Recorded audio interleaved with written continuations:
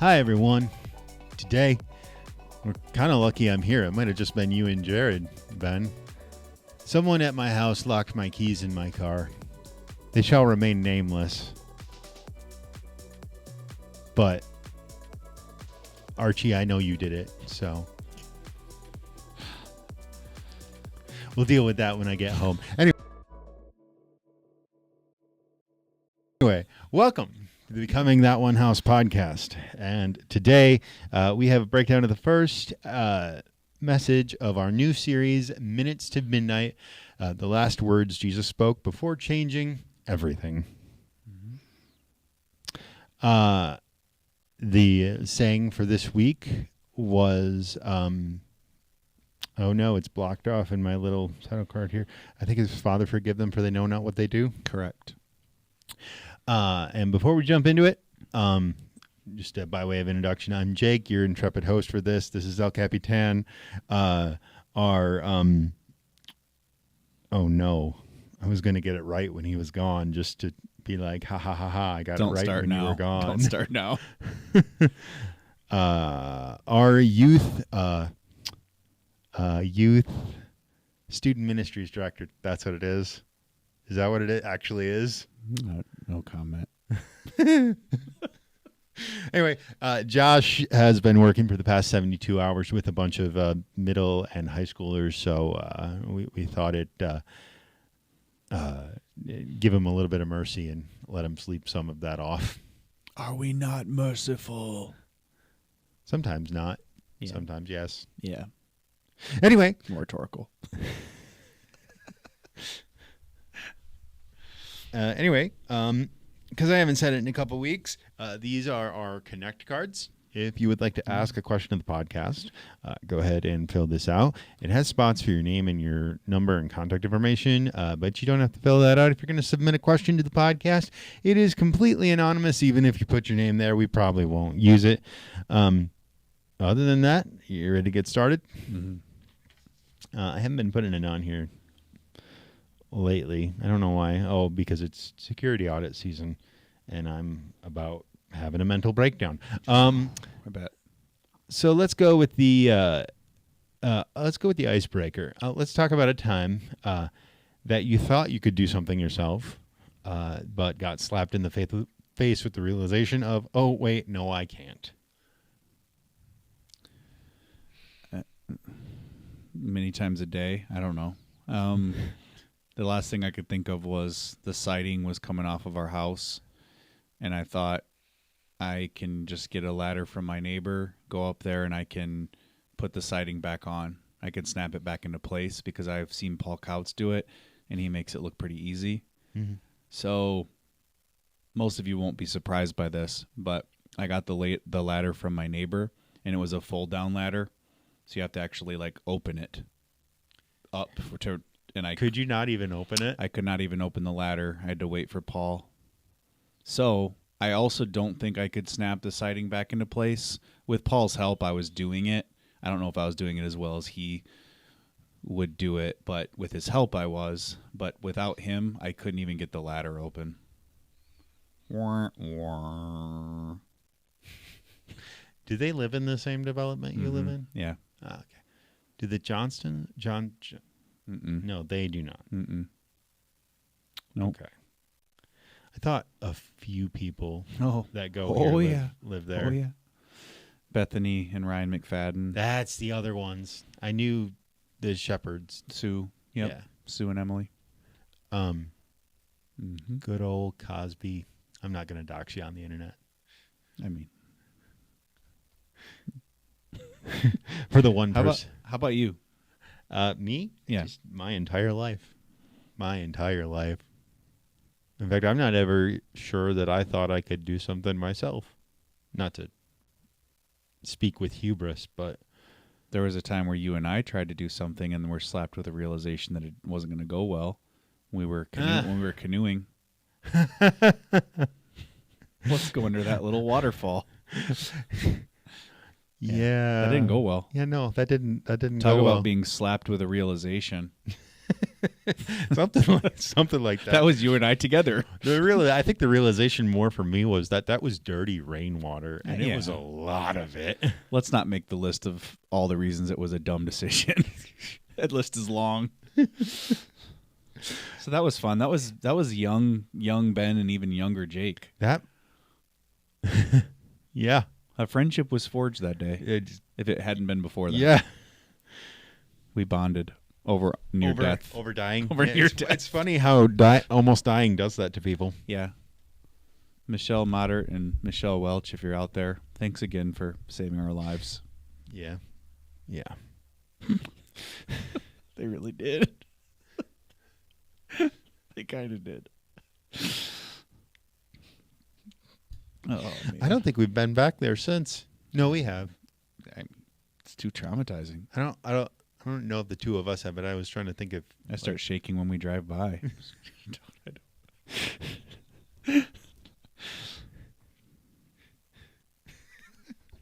Anyway, how do you transition to forgiveness? The Wisners people forgave us when we gave them more money next year. Oh, wow. When they had to come out and help us.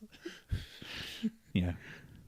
Anyway, so these questions, by the way, are provided by Neil. Neil, thank you so much. Please do it again for this week. Again, security audit season. I don't have space in my brain for it right Thank now. you, Neil. Just because it's not been in here for a while, you want to give me in case you missed it, here's the takeaway sort of thing. Yeah, the takeaway is that Jesus uttered a compassionate, merciful prayer to God while being crucified.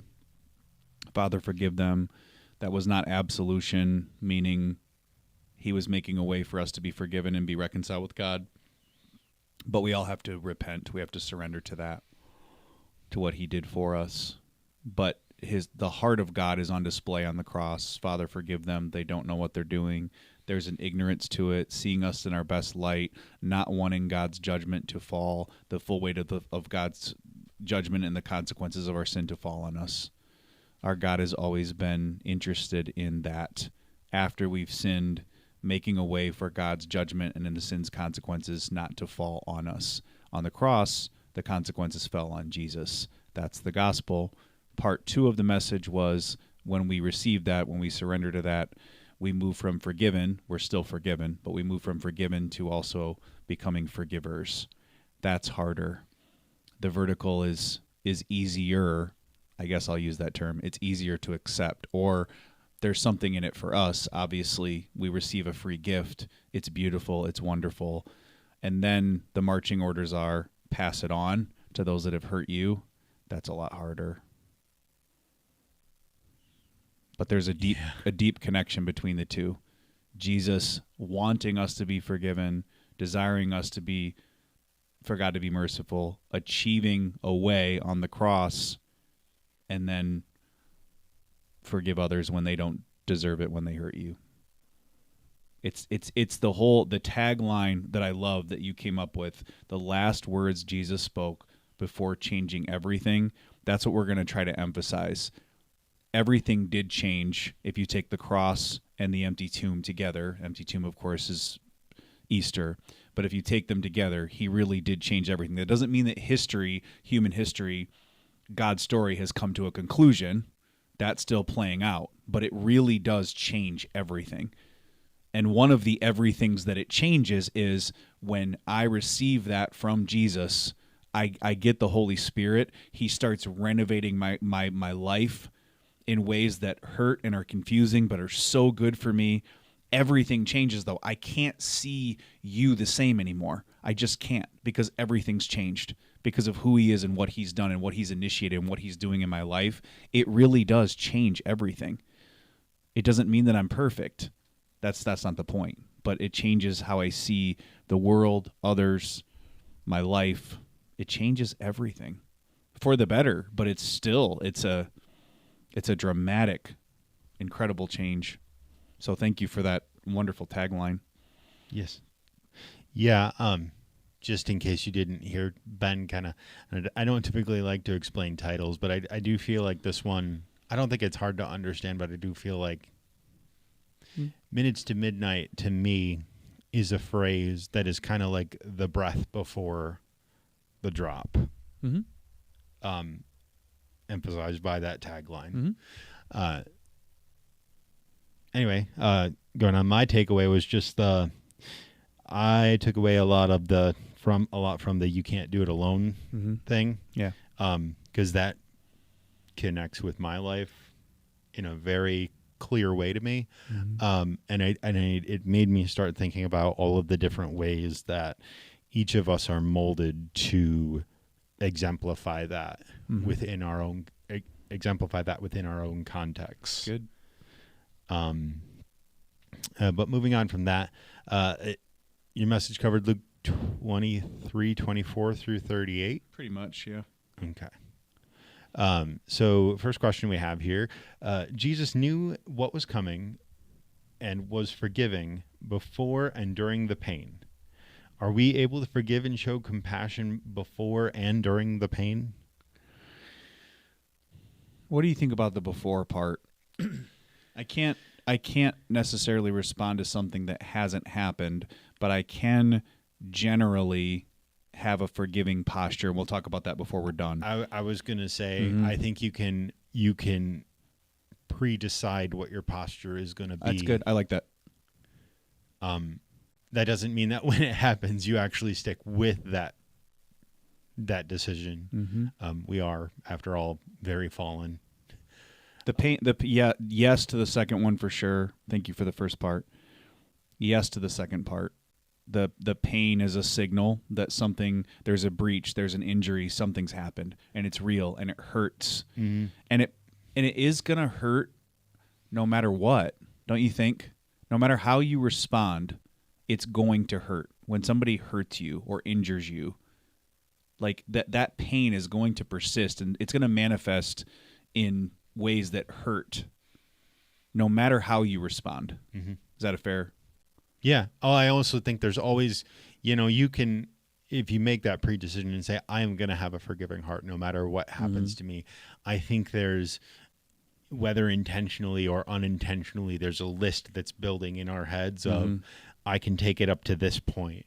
But then there's always that thing that's past this point, or this thing that we can't predict. And like, what are you going to do when that thing comes up? Because as we've learned just in this past couple of weeks in our church body, that has come up for a lot of people. Yeah.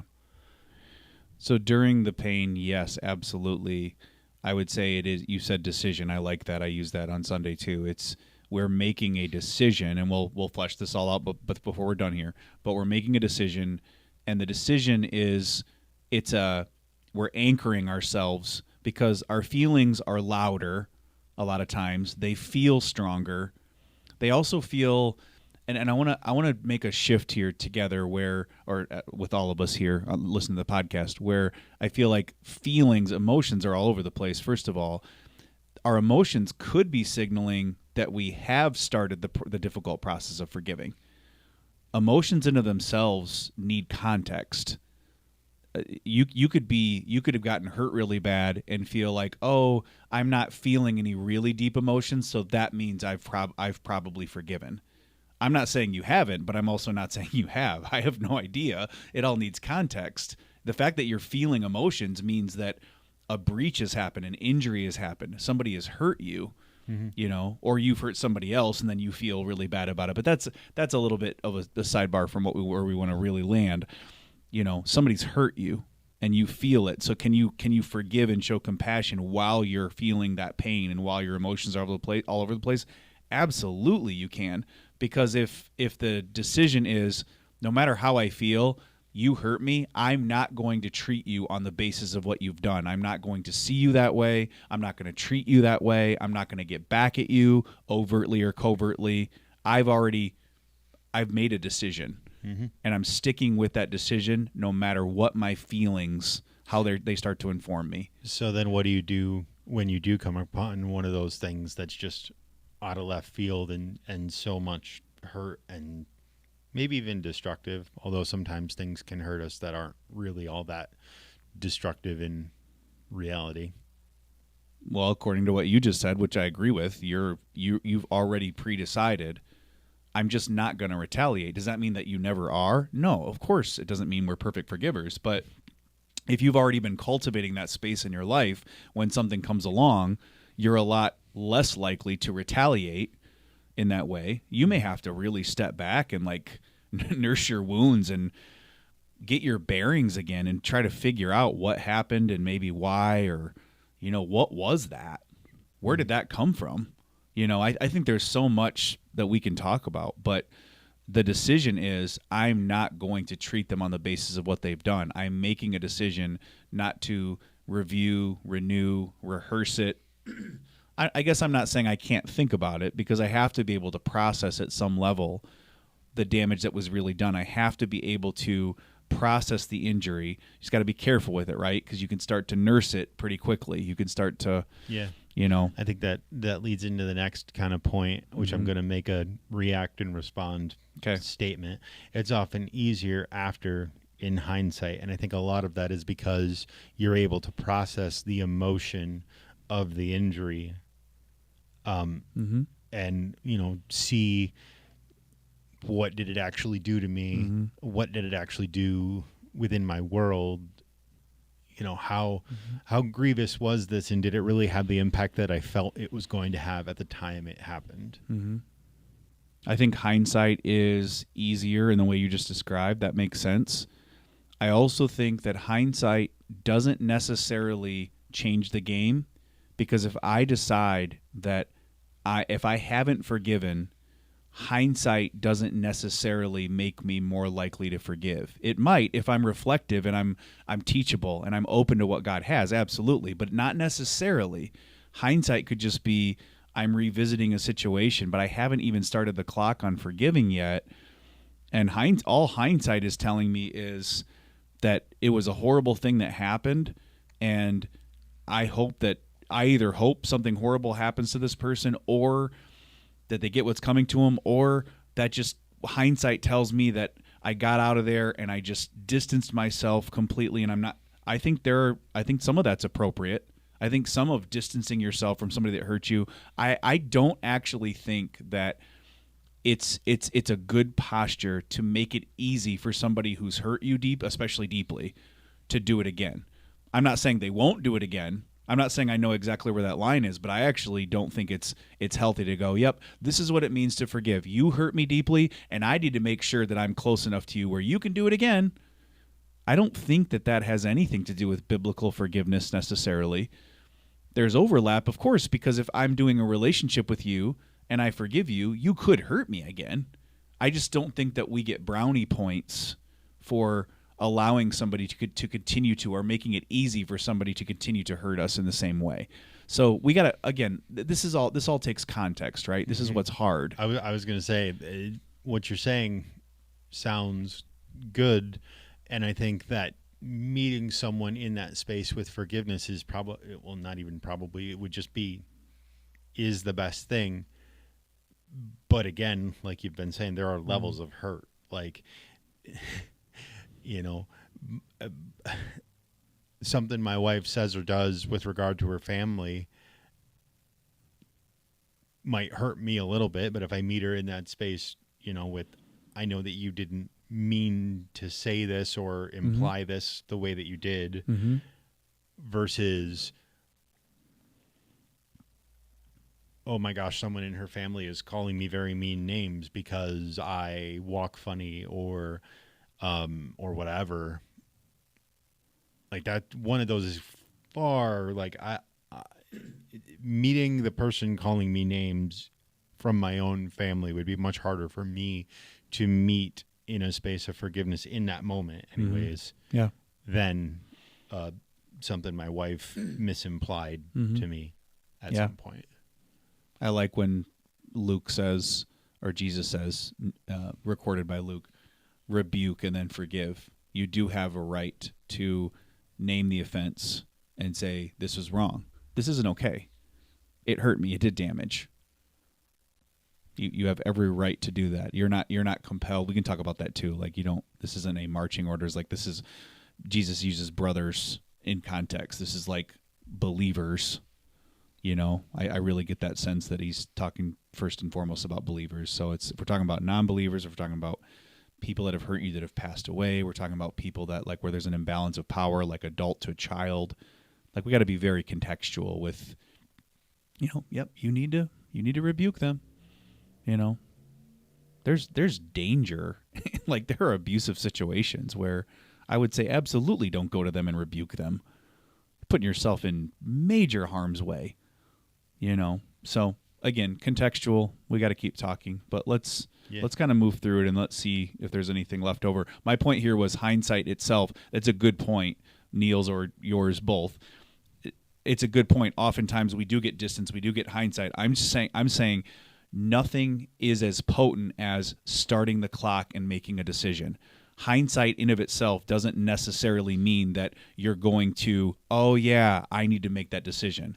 If you decide at the start of the clock, I'm going to forgive, I'm going to approach this with a heart of forgiveness, regardless, then it almost eliminates the need for hindsight. It eliminates any regret that you might feel.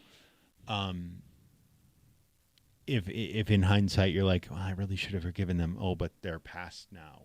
Or, I should have said this to them. Reflection is good, man. Don't get me wrong. Like, reflection is good, and healthy accountability. Like, I would feel very comfortable off microphone sharing stuff with you, friend to a friend. Like, hey, this is what I'm thinking. What do you see? Kind of thing. I would feel comfortable to do that. And then you could tell me, my perspective is that I feel like you're holding on to something still. And I trust you. So if you told me that, I would receive it and I would think about it. And so perspective is good, accountability is good. So I'm not saying hindsight is bad. Hindsight can help us get clear. I'm just saying there's no substitute for I've already decided to forgive them. I'm not even an expert on forgiving. I've just already decided that I'm going to forgive them. And nothing is going to get in my way. Why would I do that? Horizontally, because vertically Jesus first did it for me. And it's just I want to say this with so much compassion and tenderness. It's just not optional. It's just not for a Christian. So, ready to move to the next? Yeah. Question or thought? Yes. All right. We need to accept that God's plan may mean that we need to forgive before and during, remembering that our pain helps fulfill His plan. Okay, so we talked about before and during, right? Yep. Just now. So let's just focus on that our pain helps fulfill His plan. Yep. Okay. So fill in some of this for me, because I want to know what you think. Because I would say, in somebody who has practiced broken forgiveness, meaning that I haven't perfectly forgiven, but somebody who's practiced it, I do believe it draws me closer to the heart of God. Forgiveness does. Forgiving others.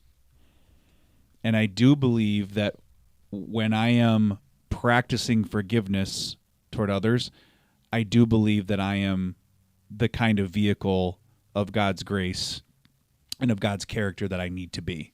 Not perfectly, but... Yeah. I think that... I think you got to be careful when you say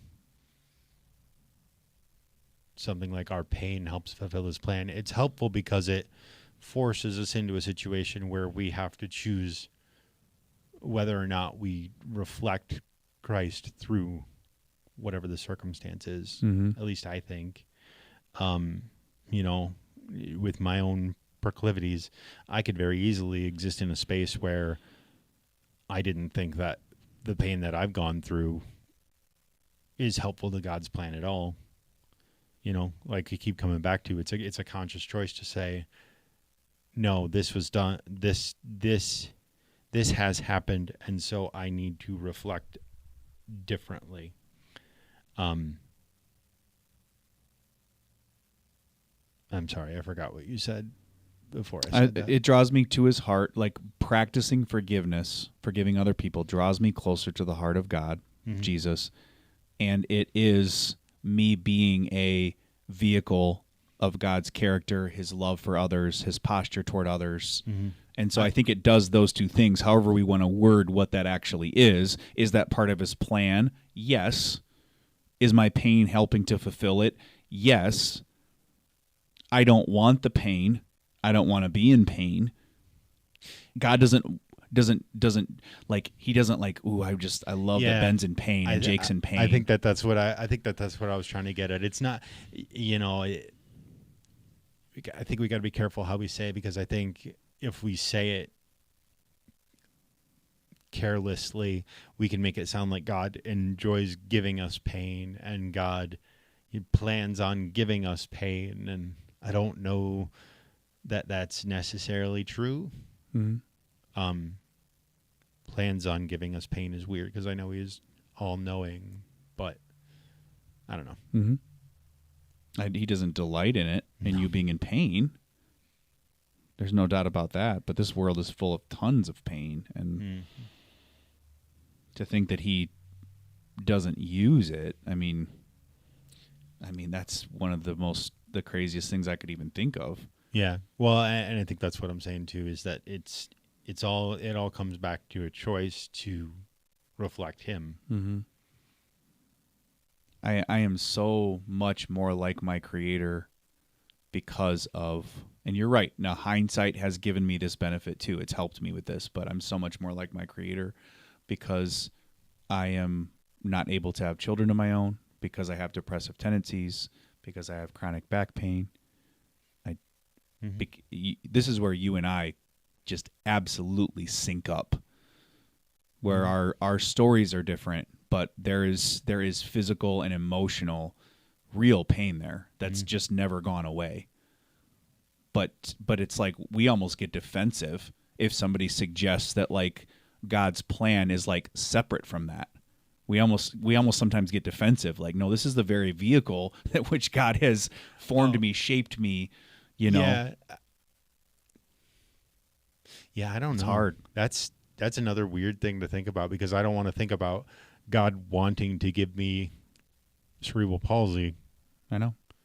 But I also can't imagine God having not given me cerebral palsy. Yeah. Well, we can be confident it wasn't your sin from childhood, so John chapter 9, the man born blind. And just to be clear, it's not my mother's sin either. Right. That's right. We can be very, very confident of that. But then this, like, neither of them sinned. That's why the man's born blind. But the power of God might be manifest in this person's life, and God's manifesting himself. He's doing something through the blindness. He's also a God that delights in curing blindness. It's not, I don't. If you asked me point blank, will there be blind people on the new earth? Then I would lean toward no. But again, we don't want to get back down that rabbit trail because I'm not so quick anymore. Partly because of your influence to say, yep, absolutely. That's everyone will see. That's blind. The blind will see is a prophecy, and the lame will walk as a prophecy, and it's a marker of the Messiah, but also of after that. And I think it's very interesting. I think God is good. He loves you. He does not delight in you being in pain, but to suggest that he doesn't use the pain of, let's go back on topic, the pain of somebody hurting you, that like he is the one who takes brokenness and pain and can cultivate it and shape it into something so deeply meaningful and beautiful. And that means that you, in this scenario, you have to have gone through it. You have to be going through it or have gone through it for that. I don't know. Is it like a crucible where they where hot metals are shaped? Really, really hard metals are shaped because it gets really hot. Is it like that where it didn't happen another way or it couldn't? I don't know how far I can go with that. We know it happens over and over and over again, and God does that thing that I think ultimately only he can do. I'm so grateful who he's been in the midst of my pain and my suffering. And there have been pockets of time where he has, through doctors, through prayer, both given me like relief. I'm not just in this like high amount of pain and suffering like every moment of my life. Like there are degrees of it. There are times where I feel like it's very manageable, times where I feel like it's barely manageable, and times where I feel like it's not manageable, you know? Yeah. I know we overlap on that. Yeah. And then there's times where it's a pain that you've just had it for so long that you just don't feel it anymore. It's kind of dull, Yeah. familiar, you know? But back to forgiveness, you know, the same God that is allowing for you to be hurt is the same Jesus that is on the cross making a payment for your sin, crying out to his Father, please don't let the full weight of the consequences fall on them. But we got to understand that when Jesus says, Father, forgive them, that wasn't just for the first century people, and it wasn't just for the people that have hurt us. I don't mean when I say you and I are perpetrators and victims, all I'm saying is that we're sinners. We have been sinned against, but we also have sinned against others. It doesn't mean that you've hurt somebody in exactly the same way they've hurt you. You have every right to go, that was terrible. Whatever that person did was awful. I've never done something like that. You may not have done something like that. You have done other things like this and like this, and we all fall far short of God's glory. And so I think part of forgiveness is a decision of, let's say you lied on me, that I am not going to look at you like you're a caricature and be like, you're a liar. Oh, there goes that liar. Where it's like, I need more grace than that. I lied again. I lied. I'm sorry. I don't want you to caricature me. I need you to identify with me more, from like sinner to sinner. You know, I've lied before too. I haven't lied in this particular way against you, but I've lied before, you know, to keep my reputation or to get ahead or to make myself look better, or, you know, I've done that. So there's lots of layers to this, but let's keep moving through it and see if we can get there. See. Okay. So forgiveness absorbs the debt. Do we need to absorb the pain that is brought on by others? If we're going to forgive them. Yeah. Mm-hmm. Yeah. Because when there's an injury, somebody always pays. And that's the point that I tried to make on Sunday. And I think we understand that. I mean, you can use a ton of different examples, but to use a simple one, like I did Sunday, if you spill something on my new shirt and it's just stained, and then, so either, let's just say nothing will get the stain out. Either you have to pay to buy me a new shirt, I have to pay to buy myself a new shirt, or I just throw the shirt away and I don't have a new shirt anymore. I know that's a very superficial thing, but still, somebody has to pay. Somebody has to pay. If you're in debt and you pay it off, you pay. If your friend helps you, they pay. If neither of you help, then you go into bankruptcy and the bank pays. Somebody pays all the time. So yes, we have to biblically forgive somebody. We do have to absorb the pain, because the question is, if I don't absorb it, then where does it go? Well, and that's gets at kind of what I was going to say, is that when we say absorb, we don't necessarily mean it goes away. We just... No, absorbing hurts. Yeah. And it doesn't mean that it's not there anymore. So, like, you know, I am not a perfect person, right? So sometimes I will say a snide thing to my wife about something that she has said, I thought you forgave me for that for. Mm-hmm. And I have to realize that that pain is still there. Yes. I have to choose to not act out of it. That's right. In that moment, you kind of took forgiveness back. Mm-hmm. In that moment, you weren't forgiving toward her. But that doesn't mean if you span out that for most of the time you haven't. It might actually mean, we'll get to this I think next, and it might actually be an indicator that you have. Let me step back, and I'm not trying to toot my own horn. I'm not trying to look at my wife and go, yeah, that slipped out today, but I've been journaling the last 147 days. It hasn't slipped out. Do you know what I could have said about you? Do you know all the times where I almost slipped up? My wife would kill me if I said that. It's pretty prideful, bordering on unforgiving posture, right? I mean, I don't think biblical forgiveness is found in what I just said. Mm-hmm. But again, it doesn't mean that you haven't, though.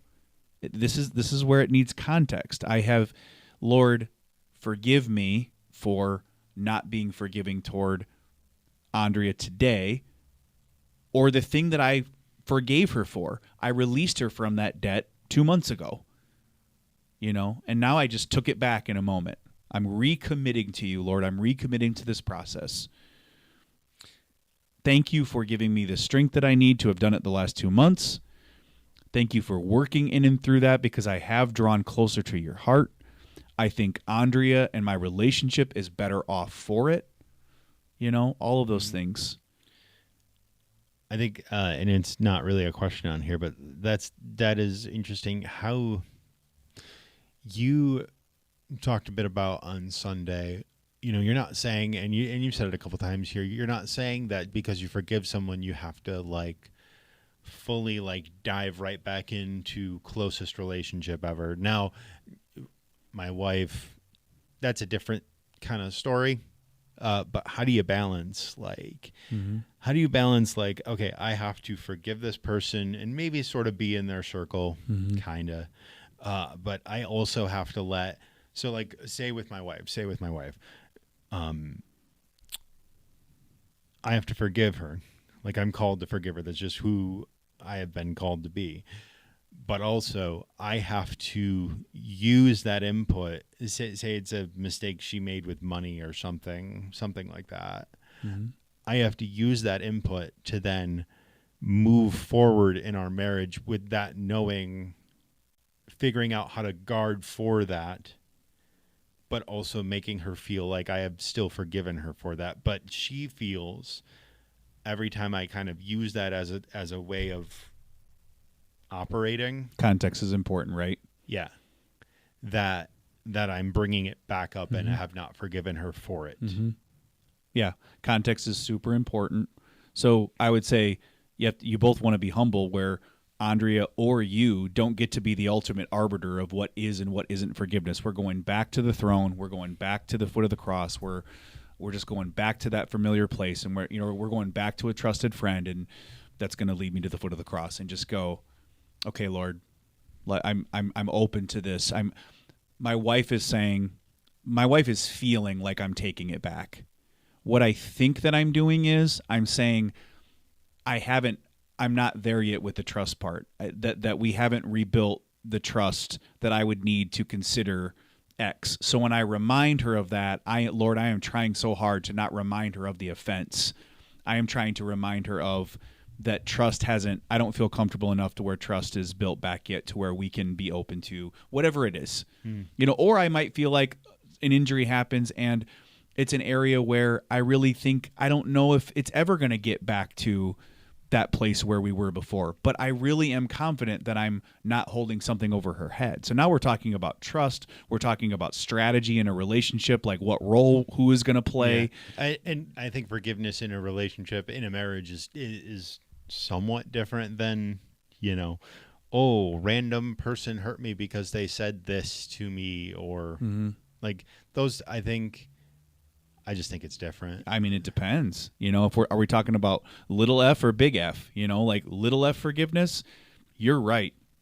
My wife and I just have to be leaned in, not perfect, but we got to be leaned in, and we have to be overlooking offenses regularly. There has to be a lot of stuff, minor annoyances, mid-grade annoyances, where it's just I'm regularly I have a forgiving posture. This is little f, a forgiving posture. There's not anything that we're really even talking about. Like, hey, for the 100th time this week, you annoyed me with this. You want to talk about a horrible, legalistic, controlling, we gotta just be leaned into this and just be regularly having a forgiving posture. But then big F. Now it doesn't matter as much whether it matters because it's a core relationship. But if this is a big injury, random person isn't going to hurt as much as my wife or a person in my inner circle. But major injury is major injury, and that's the the big letter F of like this is where it's really going to I'm going to be exposed with this, like, what do I really believe about who Jesus is and what he's done?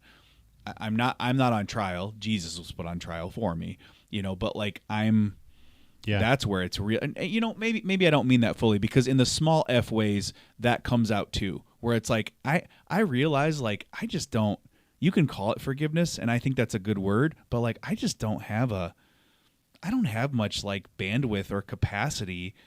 I'm like perpetually annoyed by my wife or my coworker or a friend, and it's like, where's that coming from? Like, because they're my wife or they're my friend, and it's like, have I somehow shifted from like believing the best to assuming the worst? And why have I done that? Am I not having a forgiving posture? It's like, you're right, that plays out so much more in husband-wife relationships. Mm-hmm. Well, I was just thinking about it. You know how Nate used to, when he talked about him and Carla, he'd talk about there were probably he would talk about it like, I have been like 3 completely different men within the course of this relationship. Yeah. And in my own marriage, I've kind of discovered that it's less, I think, about me being 3 completely different people, and more about it being like 3 completely different relationships. Because Mm-hmm. like every time there is a big F, Mm-hmm. forgive, it's almost like our entire relationship resets. Mm-hmm. And it's because, like, without going into the whole thing, with what happened to Andrea in 2019. Yeah. Mm-hmm. 90s, I hardly even remember it And anymore. then COVID. Yay for you. Actually, so COVID this is a sidebar. A relief. COVID for us was a huge thing, because she was not able to work that year, and I had to be home. It was a giant reset for us after what had happened the previous year. Yeah. But after what happened in 2019, our relationship is a completely different relationship. And now part of that is because we're both different people, because people Mm-hmm. change and grow during the course of life. Yep. But also part of that is because it couldn't remain the same after what happened in 2019. Yeah. You ever tried not to forgive somebody that really hurt you? Tell me how that feels for a minute. I don't like it. Mm-hmm. This idea that do we need to absorb the pain? Yeah. Do you know what happens when you try really hard not to forgive somebody? There is a lot of pain. You still absorb the pain. Oh, it's man. just worse. Oh, thank you. It's like gas on fire. Yeah. It really is. It can become a prison. You can end up, ironically, giving the person that hurt you even more power over you. Yeah, I was going to say, if you absorb the pain and forgive, you at least have a bridge, not out of it, but a bridge forward. If you absorb the pain and just carry it, it's like that backpack that George Clooney talks about in Up in the Air. It's actually exactly what it is. Remind me of that. Up in the Air, when he's giving that opening speech about what you carry in your backpack, and he's having people take out the different things that they carry in their backpack. I don't think he's literally talking about this in the script, but he's literally talking about things that have hurt them and the things that weigh them down. Mm-hmm. Unforgiven things. Unforgiveness, bitterness, Which it's awful. Bitterness is a result of unforgiveness. That's right. And it's awful. It's an awful thing to have to carry, and Jesus obviously doesn't want you to carry it. So forgiveness is therapeutic. It's more than that, but it's not less than that. It is healthy. It's more than that. It's not less than that. Your friend fell. I'm sorry. He did. My apologies. He's probably has a concussion, but it's more than that, but it's not less than that. So yeah, I think it's very difficult, but show me a path once you've been hurt deeply that is not extremely difficult. Once the injury happens, it's there, and it's just going to be there for a long while. Well, and I think it's a misnomer to think that it won't, that it will only affect that one relationship, and that's it. Because speaking from experience, that's not the case. Yep. It will impact the way it will burrow itself so deep into your brain that it will start to impact the way that you think everyone perceives you. Vengeance or revenge, I'll say revenge because it's just a little bit more relatable. Revenge is an addiction, I think. Have you ever taken vengeance or gotten revenge? Like actually, whether it was overt or covert, and you were actually successful at whatever it was. Like you made the other person hurt or pay. I don't. Did you? Maybe you have it, but just stay with me on the thought. Does that? How long does that feel good for? Until you need more, or you're in such horror about what you just did. You feel so like ashamed or so like it just doesn't. If it lasts, if it's good at all, if it's good for 5 seconds, I think. Mm-hmm. And you still have to carry your hurt because it still hurts you. I was going to say the revenge that you incurred on someone else just makes them hurt. It doesn't resolve your hurt. I think where the rubber meets the road is you choose to forgive, but they're not repentant. And it's like, whoa, I feel like the full effect of it. Whereas like I feel like if that person would repent, I could let go of so much of that. And I'm not saying relationally that wouldn't help, and I'm not saying it wouldn't help at all. I don't mean that, because I think it absolutely can help the process. It can help heal, but you don't even need that. You don't need the other person to be repentant to actually, at least what we call internally, make that decision. You know, it's so anyway, we can keep going.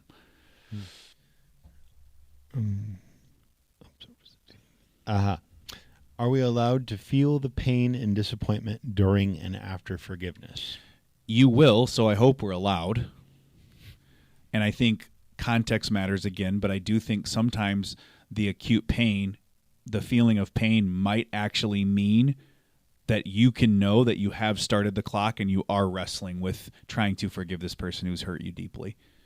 I think that can be a good indicator that you have started the process, especially if you're aware of it and like maybe where it's coming from, and your emotions are all over the place, but that could let you know that it doesn't mean you have for sure, but it could let you know that you've started it. You've started the clock, you're wrestling with it, you've made the commitment, you've made the decision. The pain and the emotions are going to take you all over the place. This idea that like we have to discredit ourselves, like, well, obviously I haven't forgiven them because I'm emotional. Mm-hmm. No, you're going to be emotional. You know how much you have to bury, how much work you have to do to bury something like that, like a deeper hurt. How much work does it take? Whether it's an addiction, alcoholism. I don't want to name all the options, but like how much you have to try to bury it for that to stay down, and then it comes back up anyway. You have to work so hard to like numb your pain, and like and let me be clear, numbness can be a short-term, appropriate, self-preserving response to somebody hurting you. You're allowed to feel numb. Sometimes numb can be a gift. It just can't be a long-term gift. It can't, by definition. Would you say that if numbness is a long-term gift, it turns into an addiction in some capacity? It has to manifest itself. I mean, you can't just stay numb and be healthy. But I think it can be a short-term thing where you can be protected from trauma and deep pain, and somebody hurts you really bad. And so, does that make sense though? That sometimes oftentimes the pain signals to you, even though you want to go, well, maybe I haven't forgiven them. No, maybe you have. Maybe you're wrestling with it. Maybe you've started the clock. Maybe it's because you made the commitment that you're feeling that pain acutely and those emotions. Mm-hmm. Number one, I think you have to feel the pain to know that you even need to forgive someone. Because if you didn't feel something because of something they did, you're either there's not been an injury, or you're a sociopath. I don't know if that's the right word for that. Yeah. But I think it's perfectly healthy to feel. I think the important thing is not that you don't feel pain. It's that you recognize why you are feeling the way that you are doing, and realizing that it's a feeling that you have and not a reality that you are existing in.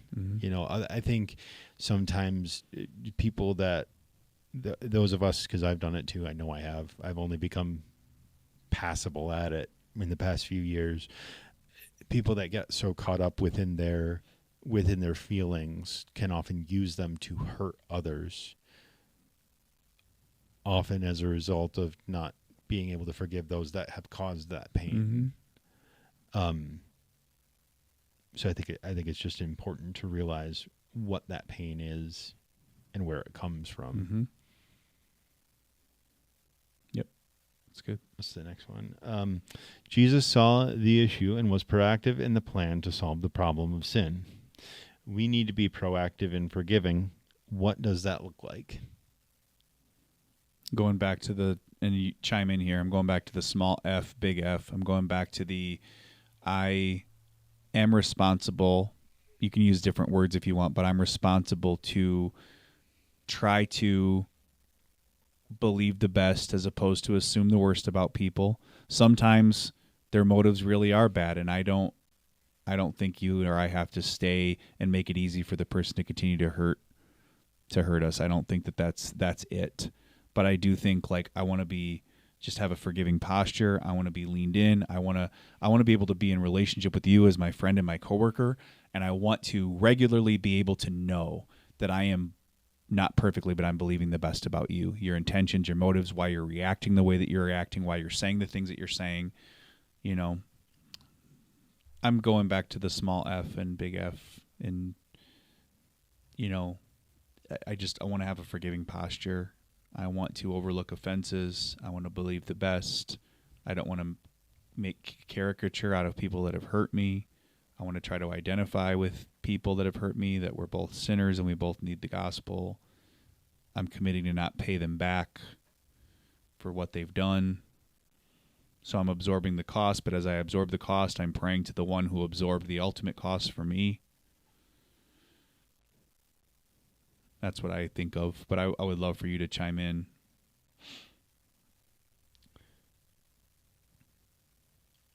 Proactive in forgiving. What would that look like, being a proactive forgiver? What's in your mind when you... I think... going back to the little Tim Keller pamphlet, The Art of Self-Forgetfulness, I think a big part of that is realizing that, again, it's all measured in, there's different measuring sticks for this. There's different levels of hurt. I'm not saying this is all the same. I'm speaking at it from a what I've experienced within, maybe even just within this church. Someone says something to me, it hurts me. I have to remember that they don't know me. And I have to have that posture of forgiveness and be proactive in saying, that person really didn't know. They're just having a bad day, or, I can't expect everybody to come at me perfectly. And then when they don't, be all I do think that hurt is still real, but I also think that not blaming them immediately for it is helpful. Yeah, there's where you and I have talked about this before, and some of this is overlapped with forgiveness, but it's just like taking on this posture of being like oversensitive, perpetually wounded, so like I walk in with this wounded posture, and like if anybody breathes in the wrong direction, just it could all come pouring out, or something, or it might not be something somebody sees, but this is more internal, but sometimes it comes out. But like perpetually wounded, or I take everything personal.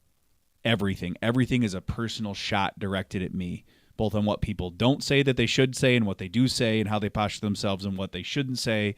And I'm just over personalizing. Now, again, I'm a person, so to take something personal I think there's a place for that, but I'm like over personalizing something, and that has a source usually. That has a source in a wound. That has a source in a like I'm really not connecting to my identity in Christ. I can't see how I would ever be able to live out Jesus's call to forgive other people when I'm like that. I think that's all going to get in the way, because forgiveness requires that I move in a different direction, that I'm able to, like you just said, see that to try to treat people not on the basis of what they've done or how they're posturing, or not try to read their cues automatically like it's directly personal attack against me, and believe the best about them. And I think we're still in that small f range of like there's no overt horrible things being done, but just the posture, and maybe it's some them and some me, and maybe I'm not really understanding of just how vulnerable I feel and how hurt I've just felt. And then now maybe I'm connecting to forgiveness to go, man, I don't even know. I don't have one source to speak of, but I've just been like perpetually hurt, and I've been nursing these grudges and these hurts in ways that have made me feel like I'm trying to protect myself or something, or trying to preserve myself, but it's just done such a number on me. Now we're back to that place of like, how much energy does it take to hold on to that stuff? And maybe that's what I'm trying to get at. Really, with the little f forgive, I think it's a lot easier to be proactive than big F forgive. And I think going back to what I was saying earlier, those big F forgives are the things that probably are outside that list you make in your head when you say, I'm going to forgive. I agree. The big F is like, it requires like timeout. I got to step back. I can't just keep leaning in and like, yep, I'm believing the best. When somebody tries to hurt me, I got to step back. There has to be some time and space allowed, because forgiveness and reconciliation are not the exact same thing.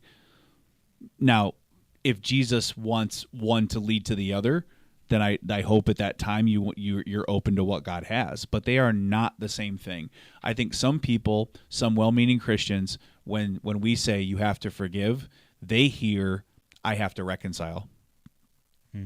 I'm in a toxic relationship, and this pastor, this friend, this person is asking me to stay in this toxic relationship, and that is not what I am saying.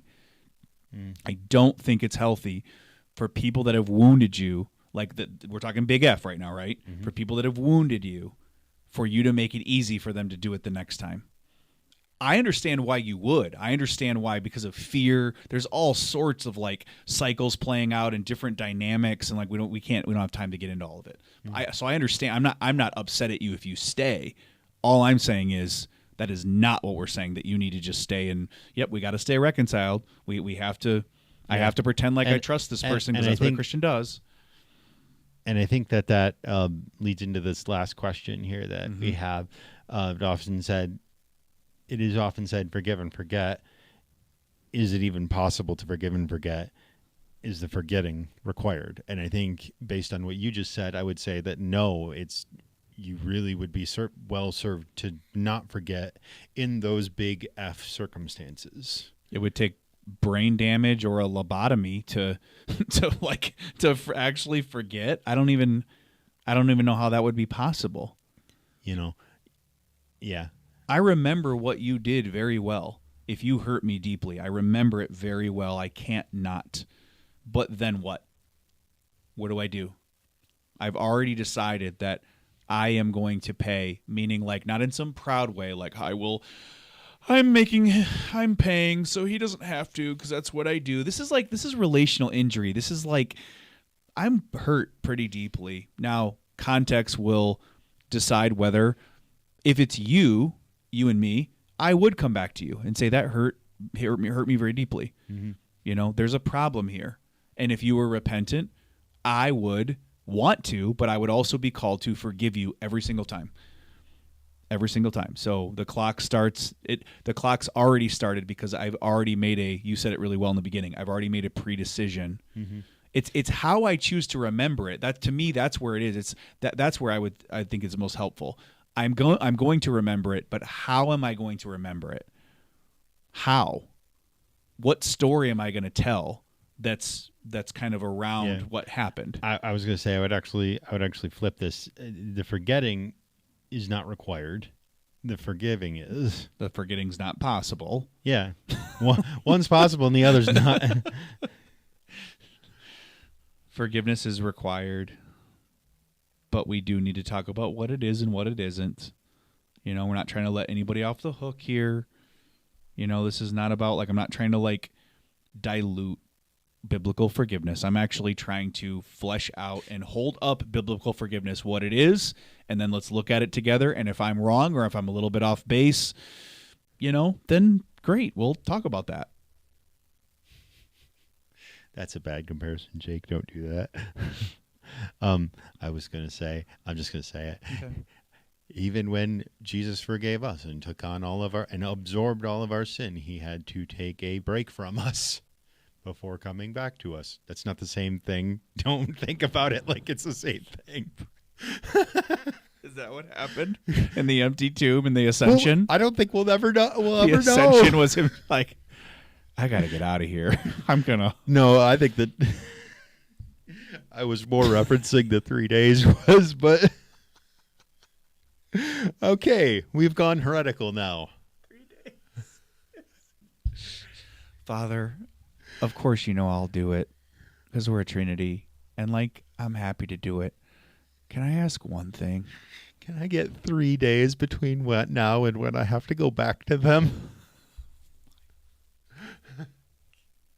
I can't even. I don't think I've ever heard that before. You know how my brain works. Maybe you don't know how my brain works. Kind of do, but wow.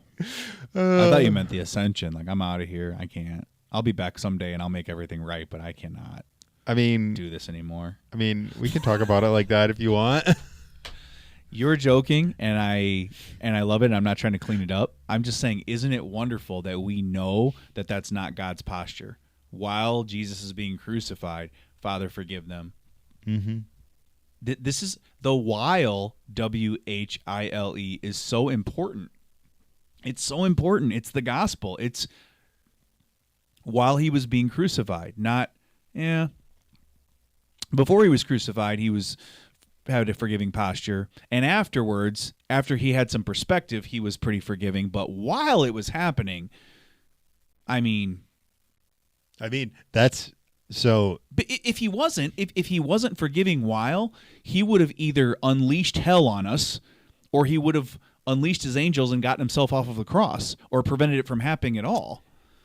So that, again, not to explain my own artistic posture too much, that's kind of what I was trying to reflect within the context of the video. Mm-hmm.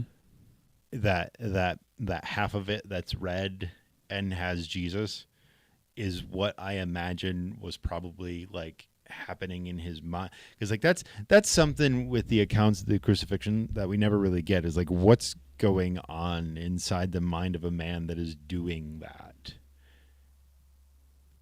That's and good. Like what turmoil is he suffering through, and still he had a moment in the garden where his emotions, his thoughts wanted to not go through with it. Mm-hmm. His human emotions, right? Did he sin? Nope. Not my will, your will. Next. Yeah. This is what you have? Okay. It's your will, not mine. We have the same will because we're a Trinity. In that moment, separate, Father, Son. Very interesting. Very, very, very interesting. Just that full humanity comes out, almost so much so that it scares us, where it's like, is he just a human? Because this is very human. Like, what do you mean you're doubting your Father's will? You are God. Like, what is happening here? It's almost scary. And the more that movies or shows relate Jesus as human, we love it. It's intoxicating. It's incredible. And it's sometimes so much so where it's like, whoa. Like, it's almost too human. But no, I love that. But so I don't know where The Chosen is.